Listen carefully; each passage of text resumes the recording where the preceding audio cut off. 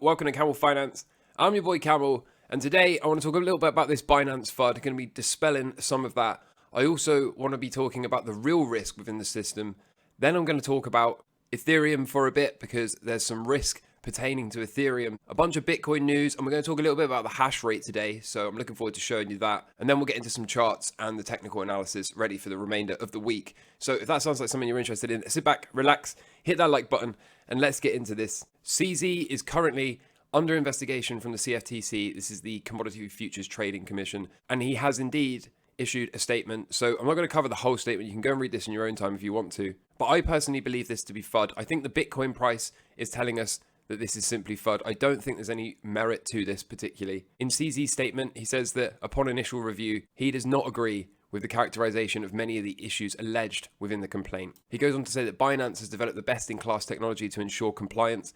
Binance is also the first global non-US exchange to implement mandatory KYC, which is Know Your Customer. This is the little thing where you have to take a picture of your driving license or passport before it being allowed to open an account.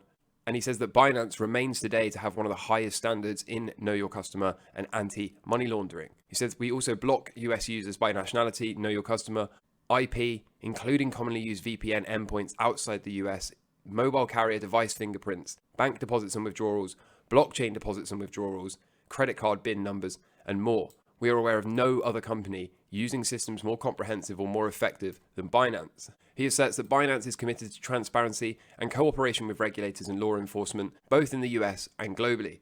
Binance currently has more than 750 people in the compliance team, many with prior law enforcement and regulatory agency backgrounds. To date, they have handled over 55,000 law enforcement requests and assisted US law enforcement freeze and seize more than $125 million in funds in 2022 alone and $160 million in 2023 so far. Binance.com holds the highest number of licenses and registrations globally, 16 and counting, and is well regarded by our user community. He says that Binance does not trade for profit or manipulate the market under any circumstances. Binance trades in a number of situations. Our revenues are in crypto. We do need to convert them from time to time to cover expenses in fiat or other cryptocurrencies. We have affiliates that provide liquidity for less liquid pairs. These affiliates are monitored specifically and do not have large profits. He says he personally has 2 accounts at Binance, one for Binance Card and one for his crypto holdings, which sometimes he needs to convert crypto to pay for his expenses or when using the card. Binance has a 90-day no trading rule for employees, meaning you're not allowed to sell a coin within 90 days of your most recent buy or vice versa. This is to prevent any employees from actively trading. They also prohibit the employees from trading in futures. Further, we have strict policies for anyone with access to private information, such as the details of listing, launchpad, etc. They are not allowed to buy or sell those coins. CZ asserts that he's observed these policies himself strictly. He's also never participated in Launchpad, Earn, Margin, or futures. So is Binance really about to be taken down? Personally, I highly doubt it. And you have to admit that the timing of all of this is spurious. This comes at a time when we've had a slew of regulatory actions. Coinbase is being sued by the SEC. And of course, all of this comes at a time when the banking system is seemingly imploding. Remember, just because you're sued by an entity like this or the SEC does not imply that you actually did anything wrong. Oftentimes, these sorts of regulatory authorities abuse their power and ultimately act like a cartel or a mafia. Here is another example of this kind of corruption. Well, the SEC, as Grayscale is showing in court, has been extremely inconsistent here. It has approved a Bitcoin futures ETF, which is subject to swaps risk, but it will not approve a Bitcoin spot ETF, which is not subject to that risk. So it's highly inconsistent. And I think the SEC will lose the Grayscale case. They just lost the Binance Voyager case. Binance is being allowed to buy out Voyager assets. And there is another case, yes, the Ripple case. It seems like they might be on the way to losing that as well. So yes, we do think there's going to be a Bitcoin ETF.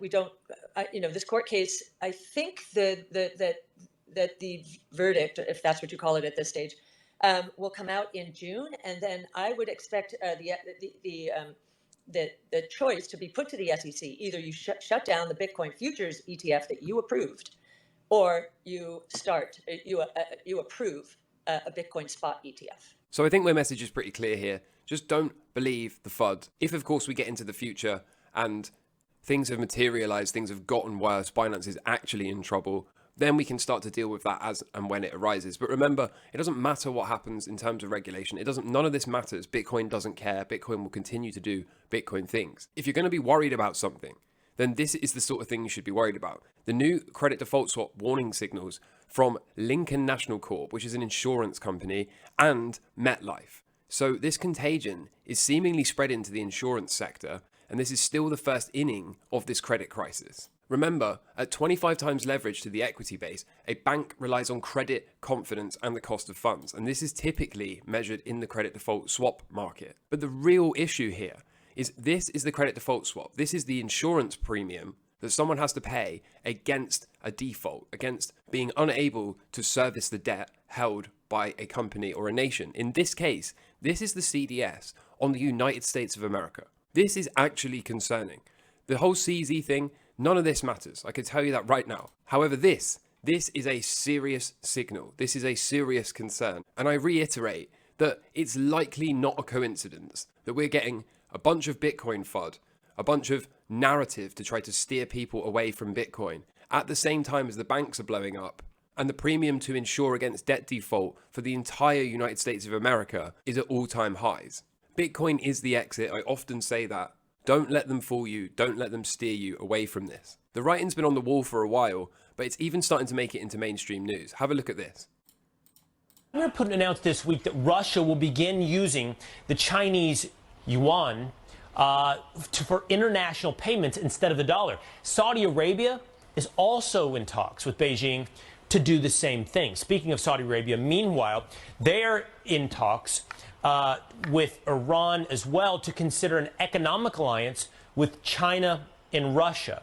And they can even be joining the BRIC countries, which is an acronym for these countries here, Brazil, Russia, India, China, and South Africa. These countries all have emerging economies.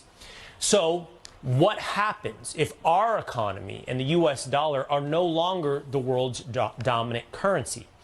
What happens if these emerging economies move away from the U.S. dollar towards the Chinese yuan? It's really hard to overstate exactly how catastrophic the abandonment of the U.S. dollar would be as the world's global reserve currency. So I'm not going to play any more of that clip. That'll do for now. That's enough to illustrate my point. And my point is that it's even making it onto the mainstream media now. This idea of de-dollarization, this idea of no longer having the petrodollar system in which all oil is denominated in dollars. And even, as you just noticed, the current threat that the dollar might be losing its world reserve status. Again, you better opt out and you better do it quickly. So from FUD to genuine risk, did you know that the Ethereum Co is enabling withdrawals at the same time staking will become illegal in the US at institutions like Coinbase and Kraken? So these entities will have to unstake. The Shanghai upgrade is a key milestone for the Ethereum roadmap. And for the first time in years, many millions of these Ethereum are going to become unlocked. People are going to have the opportunity to sell these. However, due to the recent changes to the staking laws, many of these Ethereum coins are not going to be allowed to be restaked. So this could indeed trigger a massive sell-off in Ethereum in the near term. But even if it goes up, remember that the price of ETH going up does not change. That one, it was pre-mined, with 70% of the supply held by a small handful of entities. It is therefore centralized. It is controlled by the Ethereum Foundation, which, by the way, is run by the WEF, as you can see in this picture down the bottom. It can't scale, it can't compete as money, and it needs to hold a non-zero value in the long term. You have been scammed. This is the truth. This is the unfortunate truth. And given this Shanghai update, which is coming very soon, I expect to see massive downside pressure on the Ethereum price. Whilst the USA is trying to slow the rate of adoption of Bitcoin, we're seeing other nations like Hong Kong embrace it. The regulators are encouraging banks to finance Bitcoin and crypto companies in an effort to become a digital asset hub. Meanwhile, the Bitcoin network is actually stronger than ever. In the face of all of this FUD, in the face of all of these corrupt regulations and lawsuits, the Bitcoin hash rate continues to set new all-time highs. So I want to talk a little bit about hash today. If you don't know what hash is a mathematical function that converts an input of arbitrary length into an encrypted output of fixed length. So what does that look like? Well, here's my input. I can type hi, and as you'll see, I get a fixed length output once it's been run through SHA-256, which is the secure hashing algorithm that the Bitcoin protocol uses. You'll also notice if I type a considerably longer sentence, the output at the bottom remains the same length. And I can continuously type whatever I want in here. And as you can tell at the bottom, the length does not change. Here's where things start to get very, very interesting. Bitcoin is on its way to a zettahash. So you can see the black here is the hash rate, and you can see absolutely skyrocketing. If this was to continue, we will reach zettahashes by 2023. Now, if you don't know what a zettahash is, I have this little illustration here for you. Bitcoin started in the mega hash region.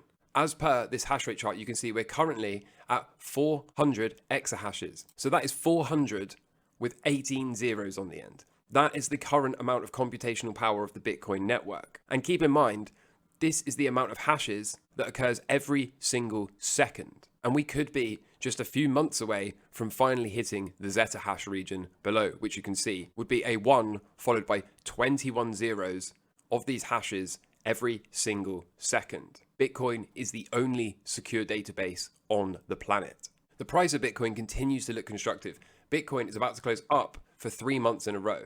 And this has always signaled the start of a new bull market, as you can see highlighted by the white circles. History also says that we have a 90% chance Bitcoin goes higher from here. So here's Metcalfe and mempool model in the blue dotted line, and the Bitcoin price is in the dark blue.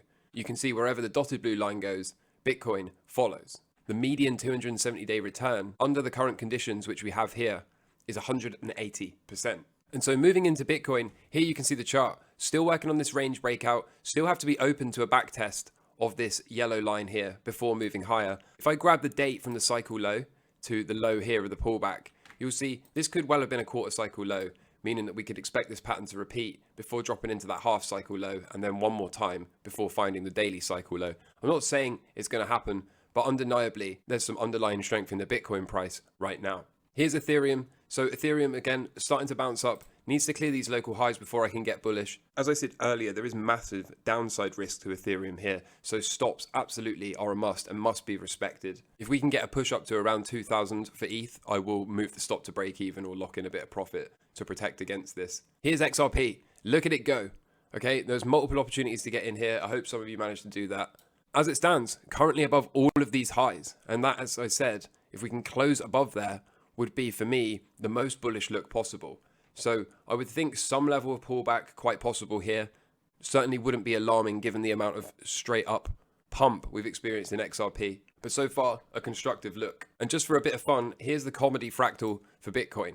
You can see we're closing in on catching it up. So big deviation here, as you can see. But we're now only a couple of $1,000s away from catching this thing back up. Here's the Dixie. Continues to be under pressure, doesn't it? Continues to get rejected and be contained underneath this red downward sloping resistance line. So all the while we are below this, it's reasonable to expect further downside. 10-year yield, not speaking to a big counter trend bounce as of yet. When this rolls over, believe me, risk is going to come on strongly. Similar story for the 2-year yield, isn't it? And here's TLT. So kind of looks heavy, looks to me like it wants to test the bottom of this range. Can it do that? That of course remains to be seen. Here's the S&P 500, still contained within this sort of falling wedge pattern. Of course, we still have to be open to seeing a drop down into this daily cycle low before we can go. Invalidation for this daily cycle low coming lower than where we are now would be a breakout of this downward sloping purple resistance line. If we can get above there on a daily closing basis, I will be adding along. NASDAQ hanging around in no man's land, isn't it? So wouldn't be surprised to see some kind of pullback here before resolving higher. Really need to clear this yellow horizontal to start getting super bullish. The Dow compressed right up into this falling wedge, isn't it? So looking to buy a breakout here if we can get it. The VIX here, as you can see, gapping down. The VIX is gapping down, currently on a 19 handle.